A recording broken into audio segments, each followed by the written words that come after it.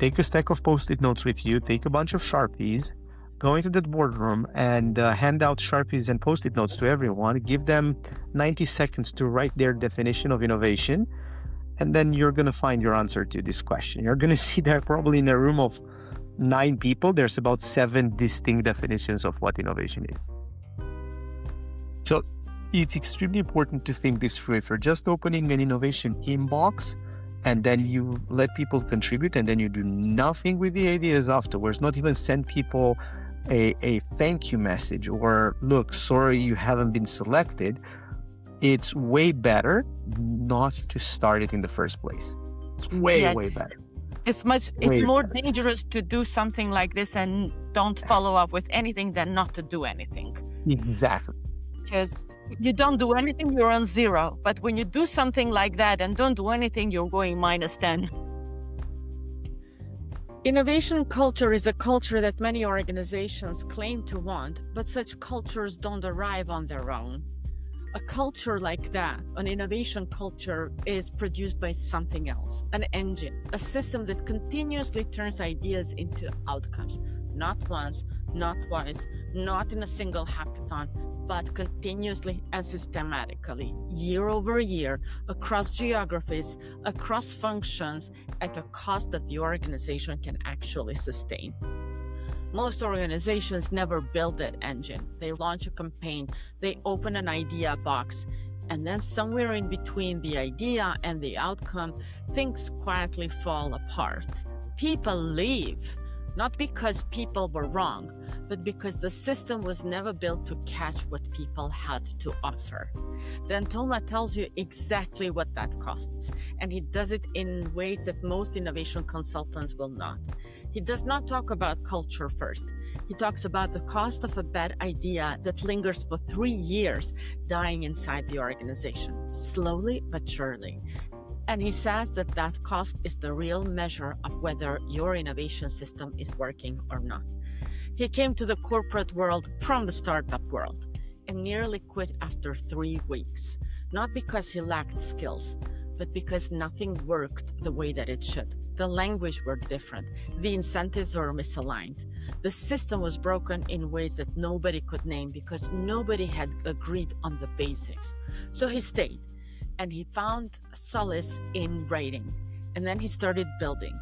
Today, he's the co-founder of The Outcome, a consultancy that helps large organizations achieve repeatable, measurable, and sustainable innovation-led growth across banking, pharma, energy, and other sectors. And he does so on multiple continents.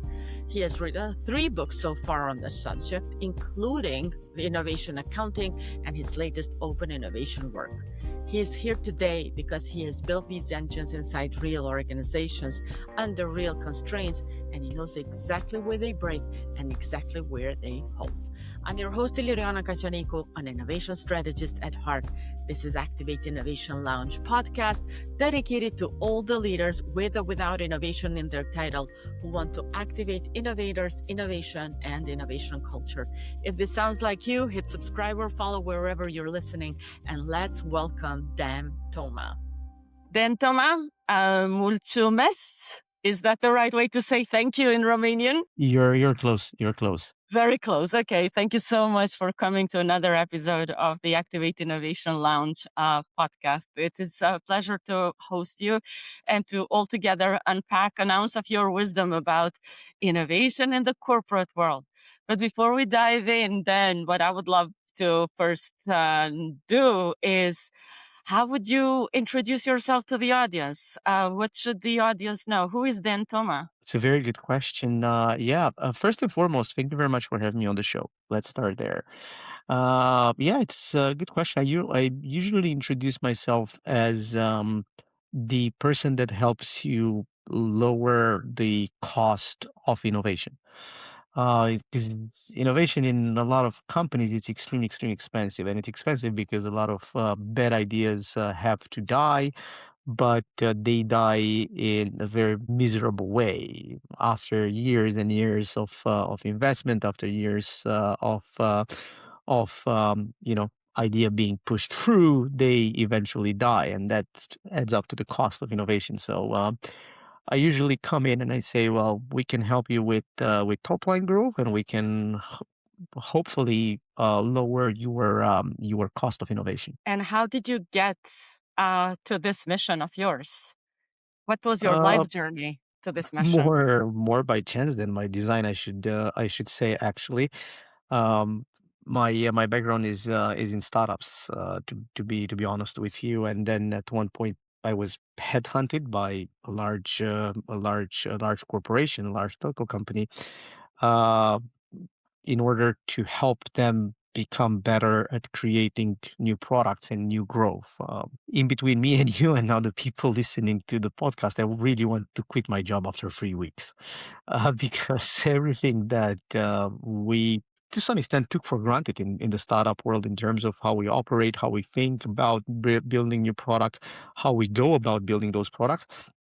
It was alien. It was totally foreign to the corporation. So I came into a world that didn't speak the same language I was used to speaking. Hmm. So obviously it was difficult at the beginning, but then I ended up staying for a few years. And my only coping mechanism with that was actually writing. So I started a blog, and then the blog became the first book. And a lot of people actually might know before the first book, the corporate startup. For a One startup. thing led to the other. Then there's been two more books since, Innovation Accounting and Open Innovation Works, that actually just came out a few weeks ago. And after leaving the corporate, not necessarily that I wanted to leave it or I left it because of the fame from the book. Actually, the first book came out after I left the corporation. I left because the CFO of the company became the CEO, and for everybody that works in innovation, they know what this means for a cost center such as Hmm. digital products or innovation. So obviously the writing was on the wall for us. I decided to leave, and I created a consulting company called Outcome that helps large organizations become better with top line growth, organic growth, in particular organic growth. And obviously we do that by a very structured approach, which results in a lower cost for launching a new product. And in order to launch the new product and to lower the costs, it depends on which side of the P&L formula you're acting at, right?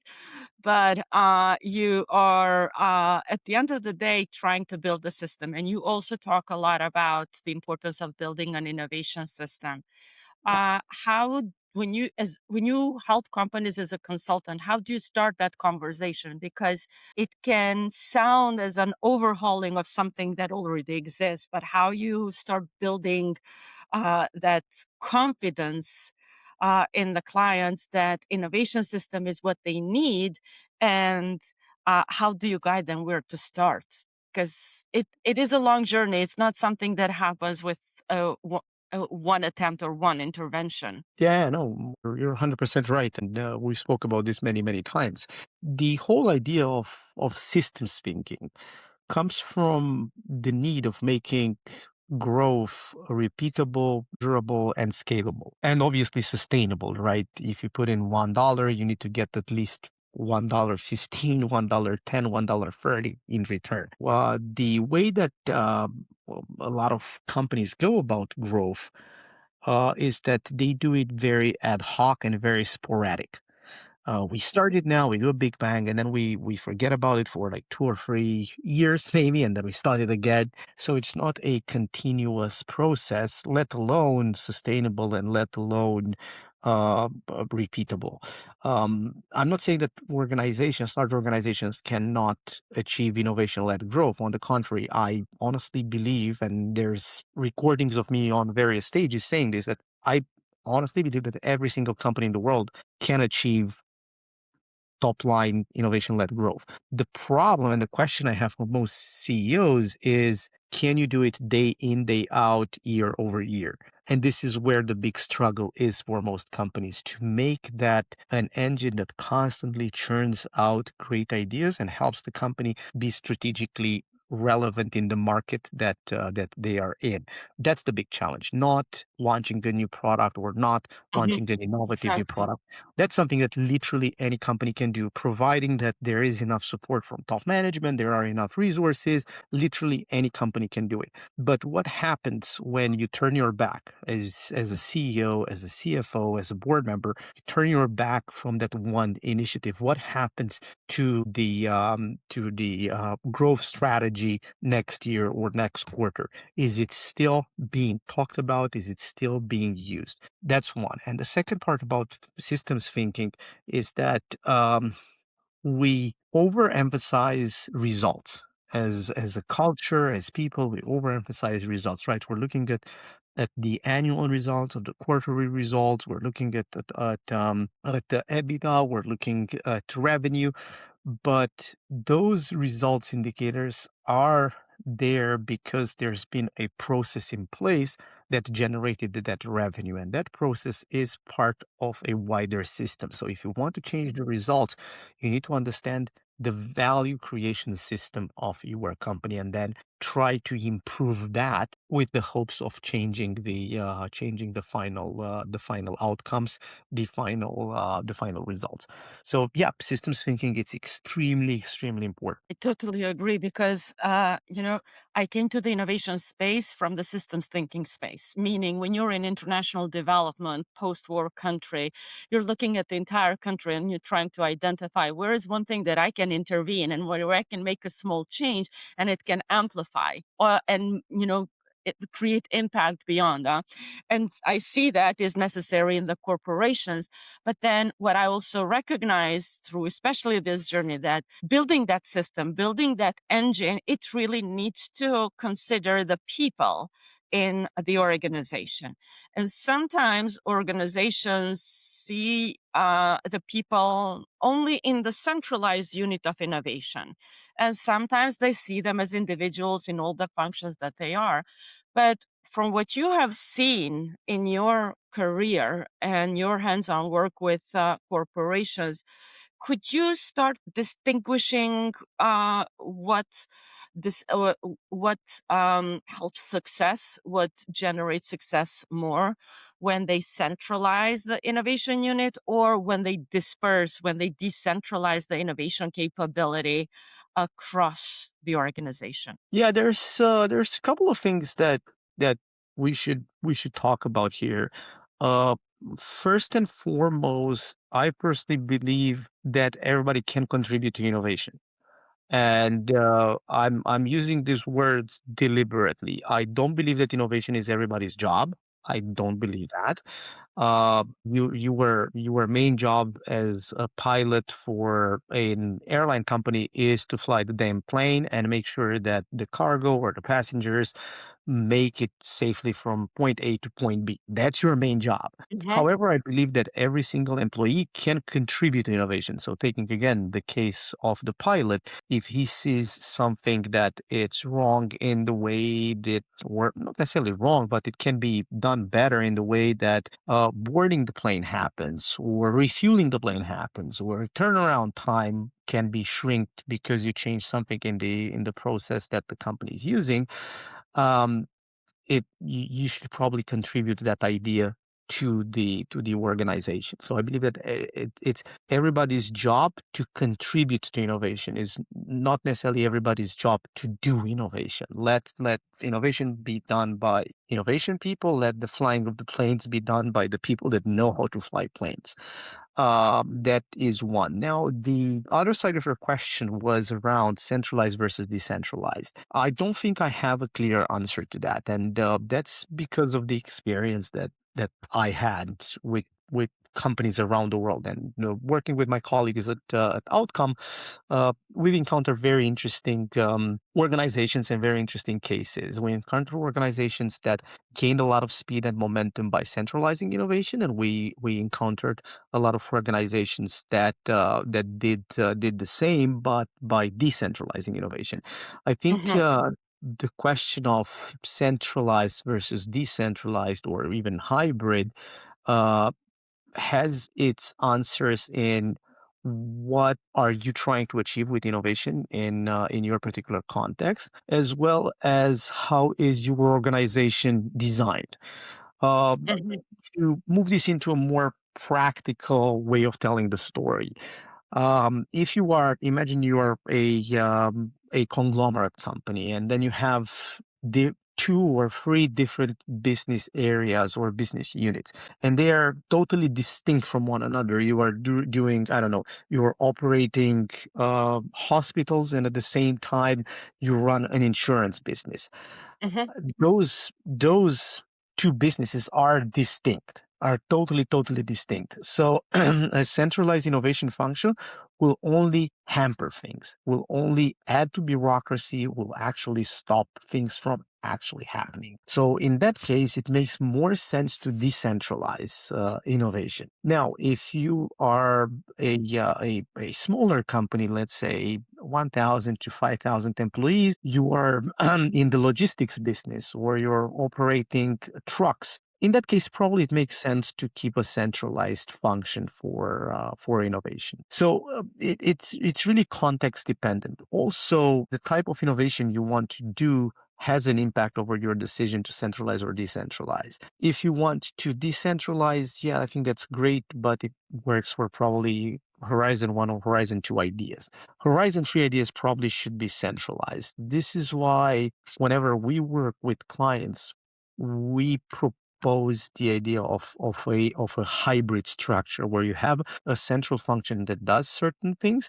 However, you have decentralized authority and decision making for certain things within the individual business units. So you're trying to get the benefits of both worlds, the centralized world and the decentralized world. So, like going This is back a to long the answer. This is a long It is a answer for long answer, but I love the answer because this does unpack a lot. So going back to the pilot, I agree. The pilot's job is to make sure that the airplane and the passengers and the cargo, everybody arrives safe from point A to point B. But in the same time, definitely the pilot does have the insights about flying the aircraft that probably the designers and engineers will never have. Because even when they will test in digital twin environments limited with predicted challenges. But the pilots will deal with all different kinds of challenges. So the companies should have a pathway or some sort of structure in place that when the pilots do see opportunities for these improvements, could be still like Horizon 1, that they could share their ideas or maybe even engage with the process down the line as needed. But then there should be a centralized unit probably to take it if they need to go with a Horizon 3 kind of improvement. Because at the end of the day, we're talking about the engine, about the system, right? So what I would love to learn from you is like, do you have any concrete examples that you can share that the companies did execute, like implement similar approaches or like the combination, and what were the results there? Yeah, I mean, I can think of many organizations that did that. We at Outcome we have basically three main industries we're working with, and it's banking, pharma, and the energy sector. I'm not saying that we're strangers to all the other industries because we've done a lot of work in other industries as well, but these are our main ones, and we typically work with large organizations or even holdings in these particular industries. So why am I saying this? Because in banking, for example, we had some clients in banking that fiddle around with different structures for innovation and for growth. And the one that worked the best, in particular in banking, I'm not saying that the same won't be true in energy or in pharma, but I'm giving you some banking examples here. I'm not going to name names because, to be honest with you, the names are not actually relevant. It's The okay. story Yeah, yeah, itself absolutely. is relevant. So in banking, when we worked with these organizations, we realized that a hybrid model works great because the centralized function had authority over topics that were company and corporate wide relevant. Hmm. So imagine you are a bank that has 14 geographies. You are based in Western Europe, and you are basically operating throughout Western Europe, and then maybe in Asia or in the Pacific region. In that case, there are certain topics that are relevant for every single country. Doesn't matter if it's Turkey, Italy, Australia, Singapore, or I don't know, Belgium. Um, Topics such as, for example, KYC, or topics such as fraud detection, right? So these are topics that will be extremely relevant for all geographies. Instead of having Romania or Italy develop their own KYC solutions for their own market, this can ideally be developed centrally by this innovation central function, and then scaled immediately throughout the Hmm. entire footprint of the organization. At the same time, the hybrid structure allows you to basically go to your countries and say, hey, you have authority over H1, H2 innovation, because you know how, I don't know, the business environment in Turkey reacts to business loans, or what are the needs of SMEs in Italy. And then you can develop a banking product specifically for the SMEs in Italy. Trust me, that product will not scale to Spain. Or it will not scale to France, because the economic environment is totally, totally different. Will it be successful in Italy? 100%. It might be one of the most successful banking products in the country. But then you have to give this authority to the local leaders in those geographies to create stuff that is tailored, while at the same time having a structure that is able to go in these geographies and pick up the themes that can be scaled all across, and everybody will benefit from. Also, the central function can or should ensure that every geography is doing the same reporting and is using the same processes all throughout. You're not going to see differences in processes or in funding mechanisms from Turkey to Italy, or from Singapore to Canada. It makes sure that everybody speaks the same language. Why? Because from an audit perspective, from the CFO perspective, from the chief innovation officer perspective, they can go into any of these geographies, interrogate the status of the pipeline of the portfolio, and immediately understand what that geography is doing. Instead of having to waste time to understand the way they work, it's a standardized way of working throughout our entire footprint. And this makes reporting extremely, extremely easy. So we can compare, we can adjust, we can allocate resources, we can reallocate resources if we have to. And again, it gives us the ability to, in case there is a great product, say for example in Italy, we can immediately move it to, let's say, Canada, because we know exactly where in its life cycle that product is, and what would be the next steps if that product seems to be extremely promising for other geographies as well. So and then on top of that, the central function should have other, um, responsibilities, such as training, such as budgeting, such as strategy. Although with strategy, you have to have localized growth strategies as well, because as Hmm. I said, Horizon 1 and 2, you might actually consider doing locally in each geography.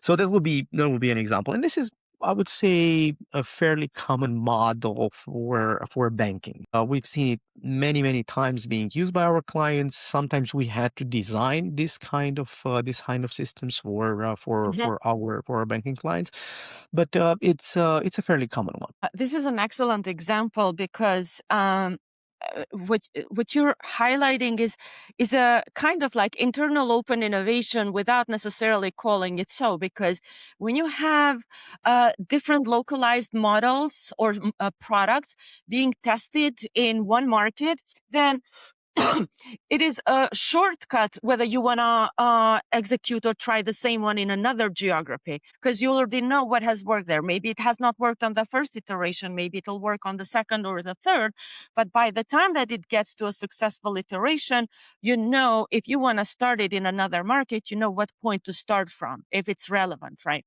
But then what you're also highlighting is that when you want to run things successful, when you want to build an innovation system that works, you need to have repeatable process. And because I'm really curious to understand how the ideation or the inputs from the employees are taken into consideration or infused in this innovation system, I would love for you to learn to share more of, like, what did, for example, this company do in particular to collect the ideas from the employees in one geography, be it just for that geography or for another one, that it gradually shaped that process in a way that works for all geographies? How did they Yeah, come to that repeatable process for all? yeah. What we've seen, and again, I'm probably not talking about an individual client as much as I'm talking about best practices. Okay. Uh, and the difference is that when you talk about best practices, you can cover literally the entire process A to Z. However, you know that a certain company is doing very well A and B, and another company is doing very well C and D. But I So, also know that what best practice is for someone does not necessarily become a best practice for the other. You have to create your own mhm, best practices. of course, of course, of course, of course. So what we've seen as something that works very, very well, you have to have two prerequisites in place. One of them is a very clear definition of innovation. You have Mhm. to define what does innovation mean, because in the absence of that definition, you will tend to either believe that every single thing you do is innovation, which will result in clogging the innovation pipeline and clogging the process, or vice versa. You're just going to use the wrong processes to finance or to work with the true innovative. Does this mean that companies don't always define what innovation means for them? I would encourage you, and I would encourage everybody listening to this episode, to go into their boardroom or to go to a client's boardroom if you're working in consulting. Take a stack of post-it notes with you, take a bunch of Sharpies, go into the boardroom and hand out Sharpies and post-it notes to everyone. Give them 90 seconds to write their definition of innovation. And then you're going to find your answer to this question. You're going to see that probably in a room of 9 people, there's about 7 distinct definitions of what innovation is. Or probably 19. Or 19, right? No, Anywhere in between 7 and 19. Yeah, no, indeed. Most organizations don't actually have a very clear definition. As much as you might want to think, oh, this is just a bureaucratic step where this is just fluff. No, it's very important for us to define what innovation is, because once we are presented with a certain idea or with a certain proposal from one of our employees, we would know if this project is something that should be worked on using the existing project management practice that we have in the organization, continuous improvement, project management. Go ahead and run it because we know how to do that and be financed through that. Or if it's extremely innovative based on our definition of innovation, then we should put it into another pipeline and other type of care should be given to this particular idea. So it's very, very important. Indeed, most organizations don't have a very clear definition of innovation, and it's unfortunate because it's a prerequisite. And obviously, connected with this is having a very clear innovation strategy or growth strategy. What are we trying to achieve? Because that creates clarity, that creates direction, and that creates a deliberate thinking about what we want to do next. And again, not a lot of companies have this. They say, if we just mention buzzwords such as cloud computing, drones, or AI, that becomes our innovation strategy. How do you know it's not your innovation strategy? Well, first and foremost, it's not actionable. So you cannot take investment or divestment decisions based on some buzzwords. Because I can sprinkle AI on top of everything that I do. Does this make my ideas connected with strategy? No, not really. And obviously, you need to make sure that that particular innovation strategy is connected with the overall strategic intent of the company. Just last year or a couple of years ago, I read online there was a BCG report, I think, if I'm not mistaken. Maybe I'm attributing this wrongly. So, yeah, please don't quote me on this one. But I think it was actually BCG. It was a report that said that only about something like 12% of companies worldwide report a strong connection between innovation and the strategic intent of the company. So something like 1 in 10 companies claim they have a clear connection between what innovation is doing and what the business needs, which is extremely concerning, right? You need to ask yourself, so what are the rest 9 companies doing if only 1 in 10 have that? Well, I can tell you what the others have. They have innovation theater. They have an innovation department that's sitting here on the side doing stuff that they believe it's important, but the organization doesn't believe it's important. They're burning a lot of cash, launching a product every now and then, and they are going to be deprioritized as a function uh, literally every time the economy has a cold. So that's what's happening. This is why, to your point, how do we make our employees contribute? Well, we first and foremost have to change the perspective internally of what innovation is. It's not a Mickey Mouse function as long as we treat it as such. As long as we connect what innovation is doing with what the core business needs, and then obviously we have a very clear definition of what innovation is. We have direction, and we're obviously going to see people willing to contribute because the board is interested. The CFO will support those activities. Dan, this is interesting. I understand the company needs to have a definition of innovation, the strategy of innovation, the thesis of investment for innovation, and the antithesis. Because when you have these, even when you make a call to the employees, you're going to make it much clearer because they will know what kind of ideas to come up with.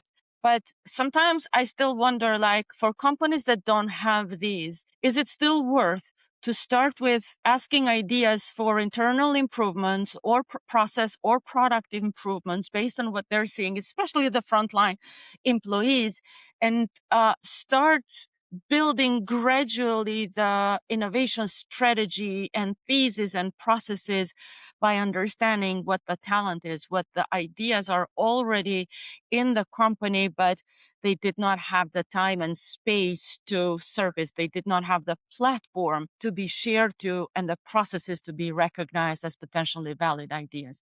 So do you think that if you're a small company of, say, like 1,000 people, it's still worth trying, even if you don't have those prerequisites, to at least see what's coming from your employees first? Yes, only if you are willing to do something with those ideas afterwards. Because nothing demotivates the workforce or an individual more than having him or her contribute an idea and then nothing happens with those ideas. With that particular idea or with ideas in general, nothing demotivates them more.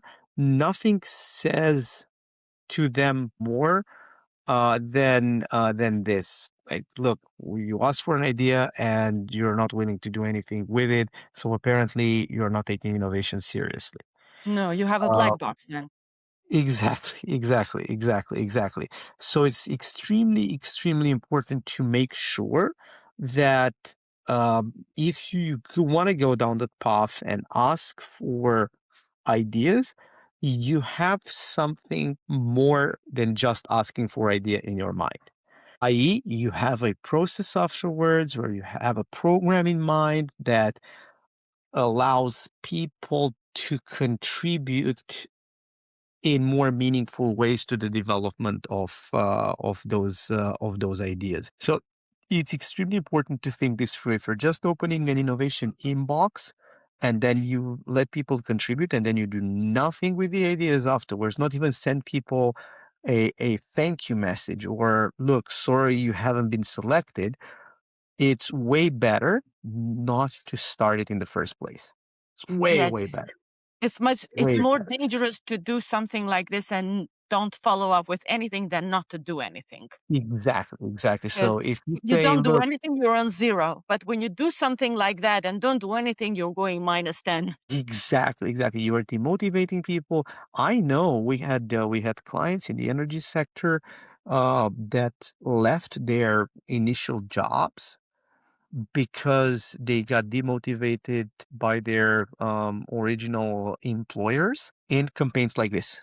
The employer asked for suggestion once, twice, three times, haven't done anything with those ideas. People stopped contributing to the point where they actually decided to leave the company. So now That's the give me the reality. bright side. Give me the bright side. The company does have a strategy, does have the thesis, does have the definition of innovation to start with. How does this amazing process, successful process look like? How does this scaffolding look like for employee ideas to evolve into products? You have to have very clear evaluation criteria for ideas. You have to have very clear development stages ideas have to pass through. Connect those development stages with funding so people know exactly what kind of support they can expect from the company when they are at this stage versus when they are two or three stages down the line or two or three stages more evolved. Yeah, that those are some things. Make sure that you have the right decision maker in place and they are lined up. They are ready to take decisions. Make sure that you are meeting with your portfolio items with a good cadence every 2 weeks, every month. You're taking investment decisions. Basically, do the normal portfolio management, I would say, or a typical portfolio management approach. This will ensure that the right ideas make it through, and you have a good number of ideas that make it through. Can you give an example of how an idea evolved through this of at a client of yours or somebody that you work with without mentioning the name of the organization? There are many ideas that we worked with, and we're currently running some programs like this for Tell me for one for that brings clients. a smile onto your face because you're so proud of you being behind I'm as a facilitator. I'm trying to think about how I'm going to anonymize this because if I explain to you the idea, you will know exactly who I'm talking about and what industry. I wasn't Uh, part of the let's process, so don't assume. let's say that there was in a certain industry. um the big problem of that particular company is that their assets are extremely expensive, and they are very specialized assets. They do only one thing, and that's actually what the company does as a business line, operates those particular assets. Well, those assets take a lot of space and they create a lot of inconvenience for other people using that particular space. So the idea was part of the strategy, part of the growth strategy. How can we, on the one hand, find a secondary use for those assets so we increase the revenue that it's being generated by that asset on top of the main job of the asset, right? The main value proposition of the asset. And in addition to that, how do we connect or how do we connect stakeholders I'll call them stakeholders in the ecosystem to those particular assets and have those stakeholders change their negative opinion of that particular asset of on us operating that particular asset in their vicinity or in their geography. So yeah, there was a great idea that was doing exactly that. Try to allow some of the members of the local communities to utilize parts of those assets in order to increase their own individual revenues or create businesses around those assets, while the company retained first and foremost the primary use of the asset, and second generated some co-shared revenue with these members of the public. It was Perfect. very interesting idea. Again, I'm not going to mention the industry or No, the name because yeah, there are NDAs in place and things like this. I'm extremely proud of them, and I hope that sooner or later there's going to be press releases and videos and commercials about this because I think it's a great product. perfect. Perfect. And I assume the idea came from the employees. It's Oh from yeah, within the 100%. organization, right? Oh, 100%. So, It was and was created by that one. employee then involved in the Yeah. development? And that's beautiful. Yeah, And actually, it was interesting because it was a company. Yeah, most of our clients, pretty big organization, with a generous footprint, so multiple geographies. And it was interesting when they collected the idea. This idea popped up in two or three geographies, variations of the idea, but the core of the idea was the same. And then we said, well, you guys, all three of you or all four of you submitted the same idea. One submitted it in Korea, one submitted it in Central Europe, one submitted it in fantastic. Southern Europe. It's like, guys, how about you create one team and you work as a group on this, and then obviously we're gonna scale it in And all the geographies. did they end up working as a team, these four Yeah, yeah, people? yeah. Fantastic. Indeed. They ended up working as a team, and they all contributed.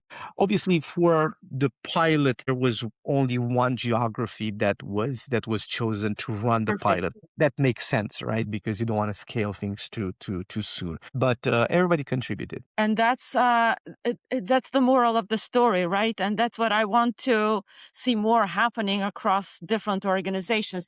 And if I picked up correctly, there was a specific problem that was presented to people to Yes. ideate. It was not like an open call, what are the ideas that you have about the Uh, company or business, but a very specific call. It was actually it was slightly different. It started from the strategy. So when Perfect. when the innovation strategy was created, then it was made available to everybody in the company, and then people were invited to submit ideas aligned with that strategy. They were able to read the thesis of the company for growth, and they were able to now submit ideas connected with the thesis. The thesis was transparent. The submission process was transparent. So now people from across were able to read the document and submit whatever they thought would be relevant for that particular thesis. Perfect. And this was a metered funding staged development of a Yeah, solution. yeah, And yeah. now you're Yeah. bringing me to the question that I'm really curious because you mentioned even earlier bringing in the right decision makers. In your practice, as a part of this scaffolding, you need to involve different decision makers in the process. 100%. So, who, in your experience, turned out to be the right decision makers to be involved in the process? And where do you see, or when do you see a particular value of their role being engaged in the process? Hmm. Yeah. I think what's worth mentioning here is that we call it, I mean, in the innovation accounting book, as well as in our practice, whenever we engage with clients, we call this decision making group a venture board or a growth board. So, Perfect. for the sake of our conversation today, I'm going to use the word venture board. Obviously, the listeners can name that group of people as they wish. Innovation committee, innovation board, growth, or whatever name you want to label that with. Call it the challenge steering committee. You can call it whatever you want. Doesn't matter. Whatever There's works for many. you.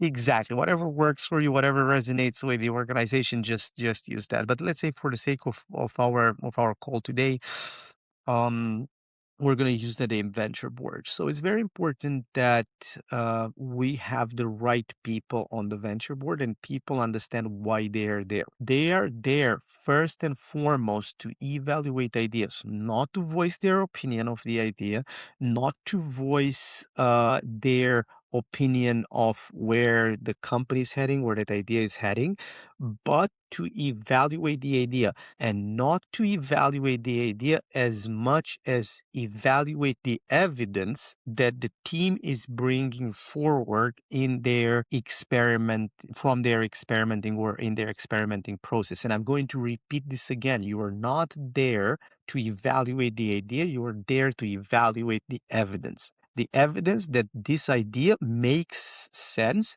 to be further invested in or further explored. Hmm. That's your job as a venture board member. If you believe that you're there to judge ideas, you have another thing coming. You're not there to judge ideas. You're there to judge evidence. Now, that particular group, it needs to be made up of decision makers. So people that have a say in the growth strategy of the company, people that are connected with innovation. So you will typically see there the head of innovation.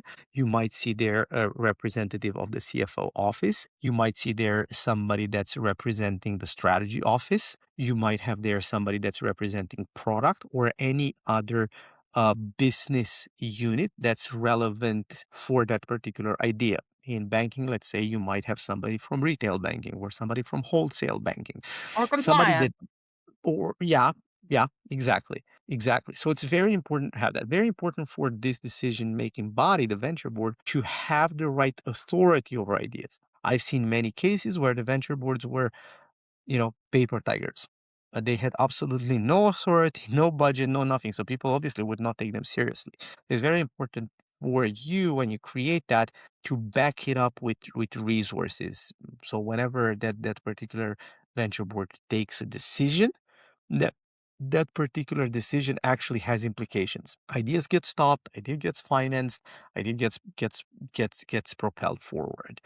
The other thing which is important to mention here is the fact that different stages of development might require different people. So don't be afraid to change the composition of your venture board relative to the ideas pitching and the stages of maturity that the idea is in. You might have a certain composition for stage 1 or 2 of development, but for stage 3 and 4, you might have more seniority. And it makes sense because the decisions that you're taking at stages 3 and 4 might actually have higher implications on the bottom line of the company, on the P&L of the company. So you might want to, instead of using a representative of the CFO office, as you're using in stages 1 or 2, use the actual CFO in stage 3 and 4. Or if you are part of a holding group, you might want to involve somebody from the group, from holding in stages 3 and 4. Don't actually waste their time with ideas in stages 1 and 2. Absolutely. And what I'm curious to know from you, when do you bring in the finance department, the CFO? Do you Day try to one. bring him at the very design when you go like, hey, we need this budget to start experimenting and exploring? Or do you bring them at the very end, like, hey, we have developed these ideas into early stage solutions. Now they're coming closer to, they need more investments for full development before they go to the market. Like the CFOs So are not, their job is not to innovate or to lead innovation, but to support it budgetary. But you need to make them allies of the process. But I'm curious from your experience, when is the most strategic moment to introduce them and how do you keep them involved? I would introduce them day one. I actually wrote an article probably about a year or 2 years ago called something along the lines of, if you want to innovate, start with a business plan or start with a business case, something like this. Start with a business case. I think that was the title of the article. Pretty well received article. Um, I would involve them in day one. However, the questions on budgeting should not be asked. Why? Because you should already have that designed part of your governance. So we Hmm. should never ask ourselves when we start an idea, oh, I want to go to my CFO and see if there is budget for that. Budget should be there because you have a metered Exactly. funding process and you know exactly how many or how much money or how many resources you can call upon for an idea that is in stage one. So don't even bother to go to the CFO and ask for a budget. The budget lies with the innovation function and it's already been pre-approved, pre-signed off by the CFO. Stage one, everybody gets $1,000 or 5,000 or 10,000, whatever it is. Stage one, everybody gets that X amount. Don't go to the CFO asking for more. Why would you ask for more? You haven't done anything with your idea. You haven't validated anything in it. Just validate and go gets to stage two. And guess what? In stage two, don't bother asking the CFO because again, part of your governance, this thing should have already been predefined. Everybody in stage two is being allowed an investment of no more than X, Hmm. right? So now, I would definitely encourage you to work with the CFO from day one on the evaluation of your idea. So, whenever you want to start by creating a business case. What would be the potential outcome of my idea? This will allow the CFO to prioritize ideas, not just the CFO, I'm just talking as CFO as a generic name, but will allow the board to basically filter ideas that won't move the needle. If you are a billion-dollar company and somebody comes up with an idea that's only going to generate 500,000 every year, maybe it's not the right idea to invest in. So give those people the ability through numbers to take this investment or divestment decision at day one. And this is the caveat to what I'm saying. The caveat is that don't overstress that initial business case. Don't spend days upon days and weeks upon weeks to develop the right one. Why? Because it's just fiction. And Mm, this brings me to a joke I've seen online that there's been more fiction written in Excel than in Word, and it's true. There's been way interesting. more fiction that's been written in Excel than in Word. So initially, day one, when you don't have anything in place, everything you put into that Excel is fiction. But it offers you that particular fiction offers you some benefits. One, conversation with the CFO. People know exactly what they can expect, not from your idea, but from all the ideas in the pipeline, right? It knows if innovation should be used or not for our growth and what will be the ideal outcome of the pipeline, given that everybody has reported that particular business cases to us. Second, it crystallizes your biggest assumptions. You have some key assumptions in your business. Those are going to be crystallized as you are putting together this business case. And third, kind of like creates your validation roadmap. These are the first things that I need to validate, and this is the second one I need to validate. Why? Because my business case is more sensitive to this particular assumption than to the other one. So I should probably start validating this assumption A first. So this is why my suggestion would be start with a business case. Now, the next advantage you have is that as you are experimenting, you are updating your business case, and then you're going to be able to Mhm. see how your business case evolves from month one to month two to month three. Always giving the option to upper management to deprioritize if your business case falls below a certain value and a certain confidence interval. And who is the person to build this business case or start cultivating this business case? Is it the business unit leader who's trying to solve a problem? Is it the innovation leader who supports the innovation in the organization?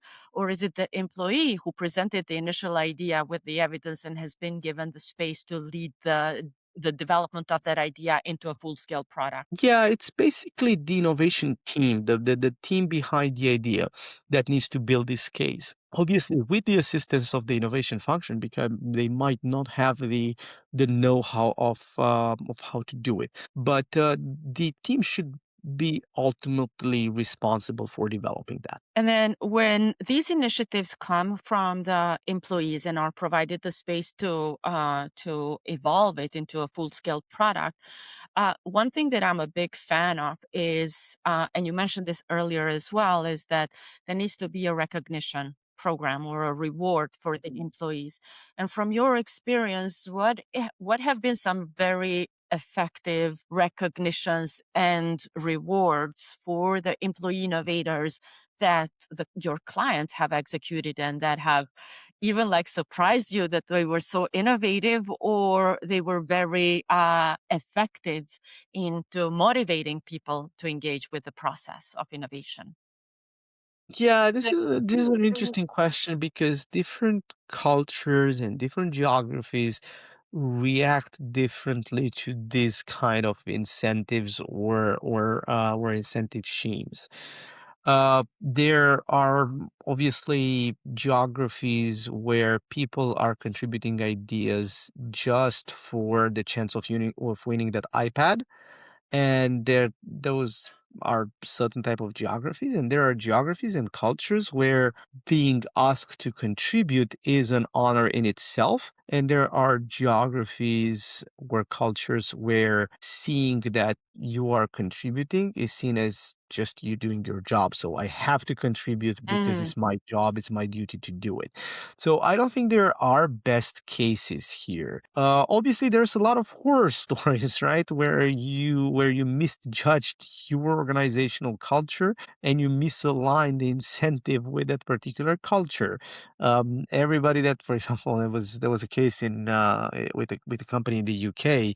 Um, Everybody that was contributing ideas was getting like 10 pounds of Amazon discount codes for every single idea that's being mhm. suggested. And obviously, every single employee and their mother had an idea for 10 pounds, right? So that totally backfired.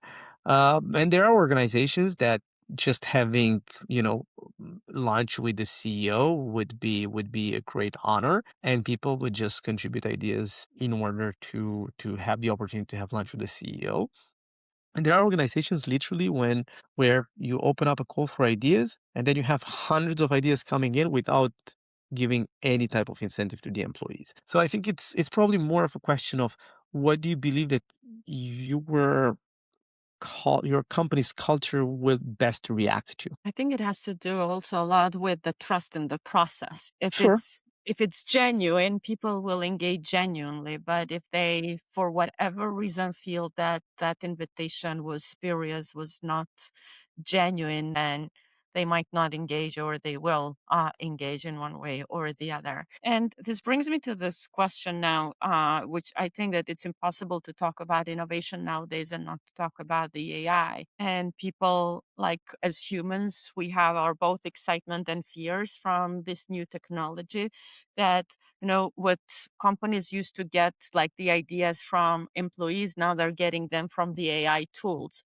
But what is your stand of how do we bring AI into the innovation process? And is there any good example that you've seen that leaders and companies have combined both AI and humans, the employees, to reshape or reinvent their innovation process internally?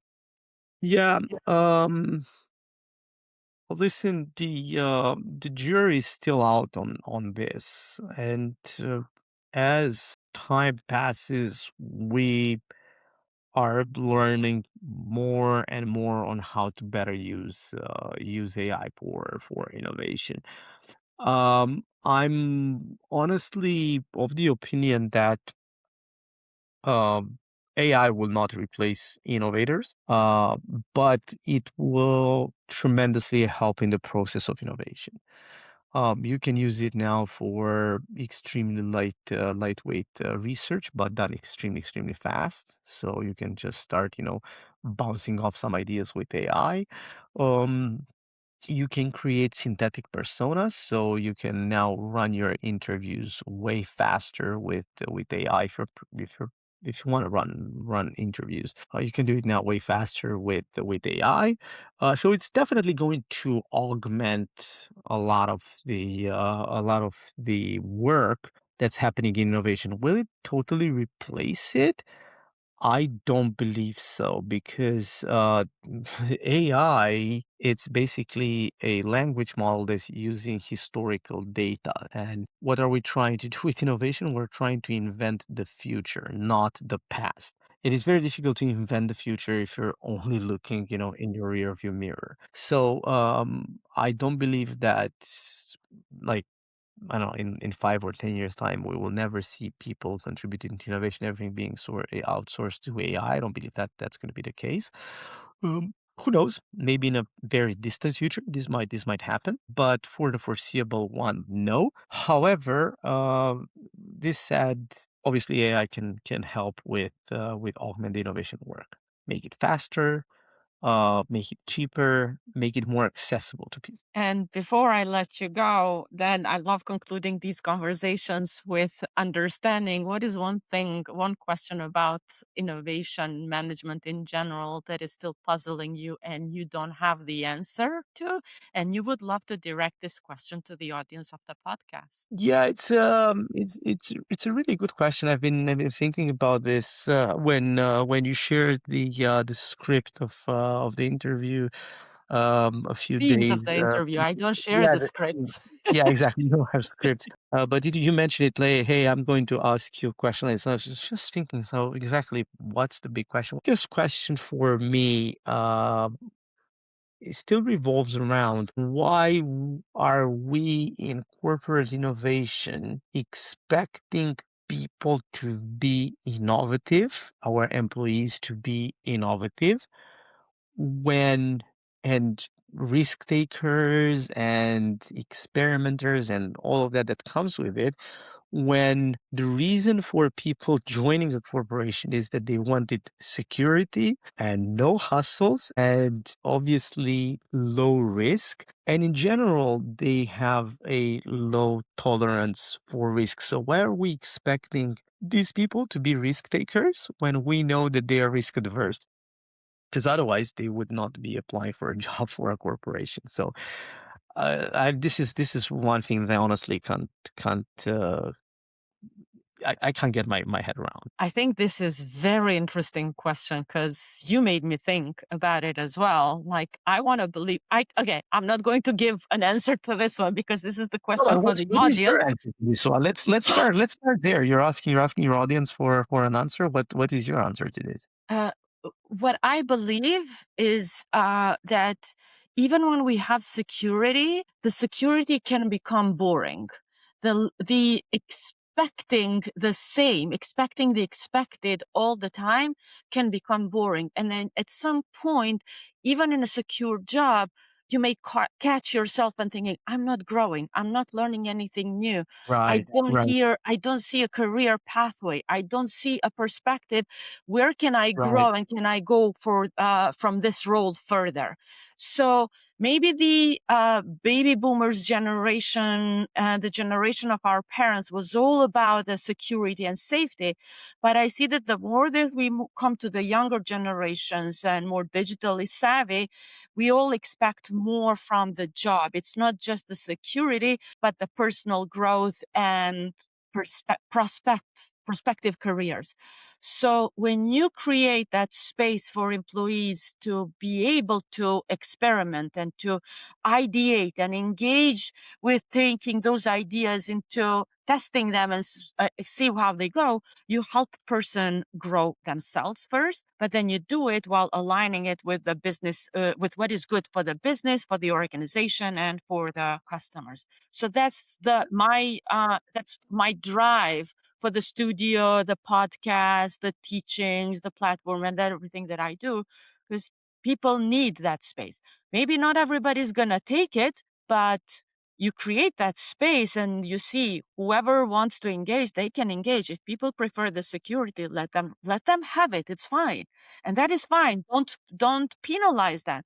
But create the space that if people want to push their own boundaries, they can do that with your organization. So become your innovators instead of going into the innovating for somebody else. If you look at some of the platforms of open innovation, majority of those people, they already have full-time jobs. In my first podcast, I interviewed somebody who participated over 50 challenges. Open innovation challenges won quite few of them. And her response was engaging with challenges allowed me to tap into unknown parts of myself. And she started right. engaging with challenges because she was bored at her job. Yeah, like it can be an interesting and intrinsic motivation to do Yeah. that. So Yeah, that's one hypothesis. Well, I'll be curious to know what other people listening to this think of this. I am really curious to learn what other people have to say. Dan Toma, thank you very much for joining Activate Innovation Lounge, and we look forward to a lot of similar inspiring conversations. Thank you very much for having me on the show. I invited Dan to the podcast because there was one particular thing that I wanted to learn from him, and that is, what does it actually take to build a system that continuously generates innovation, not as a one-time event, but as an engine that runs continuously year after year? I'm really impressed with what Dan taught me today, and his answer came in 3 layers. The first one is that it starts with something that is deceptively simple, and that is the shared definition of what innovation means for the organization. Without a definition, every decision about innovation, an idea that either gets funded or killed, is going to be made against subjective whims and according to different standards. That creates a gap, and that gap is expensive in ways most organizations will never be able to measure. The second is that the system needs a process, a repeated one, that continuously and consistently informs and supports employees what to do with the good idea the moment that it surfaces, and what to do with a bad one before the organization ends up spending 3 years on it dying slowly. An idea inbox with nothing behind is not neutral either. It actively damages the trust you need in order to build the culture that you want. And the third one is that when you get the first 2 things right, something remarkable starts to happen, almost magical. People in different corners of the organization, sometimes on different continents, will start arriving at similar or same solutions independently. Not because someone told them to, but because they were all living the same problem, and finally they had a process that activated the innovator in them and supported them to turn their ideas into a solution that creates value for both the organization and its business. Before we close, Dan left us with an innovation question that he does not have an answer to, at least not yet. His question is about the foundational why of employee innovation in the corporations. Dan is asking, why are we in corporate innovation expecting people to be innovative, risk takers, and experimenters, and all of that comes with it, when the reason for people joining a corporation is that they want a secure job, no hustles, and obviously low risk? So why are we expecting these people to be risk takers when we know that their tolerance for risk is low or maybe non-existent? That question belongs to you now. If you work inside a corporation, let us know, why do you want to be an innovator? But if you lead innovation process in one, share with us, why are you building the conditions to make this happen? And how are you doing it? So share your answers in comments, via DMs, or maybe by recording a short video message and sharing it with everybody. And if you do so, make sure to tag Dan and myself, because that will be the best way for us to follow up with you. If today's conversation sparked curiosity to learn more about how you might activate innovators in your workplace and start building that engine for your organization, go to opensolvestudio.com. We empower leaders, with or without innovation in their title, to activate innovators, innovation, and innovation culture, and make sure that innovation becomes a practice, not a theater. I'm your host, Iliriana, and this is Activate Innovation Lounge. Until next time, stay curious and keep activating.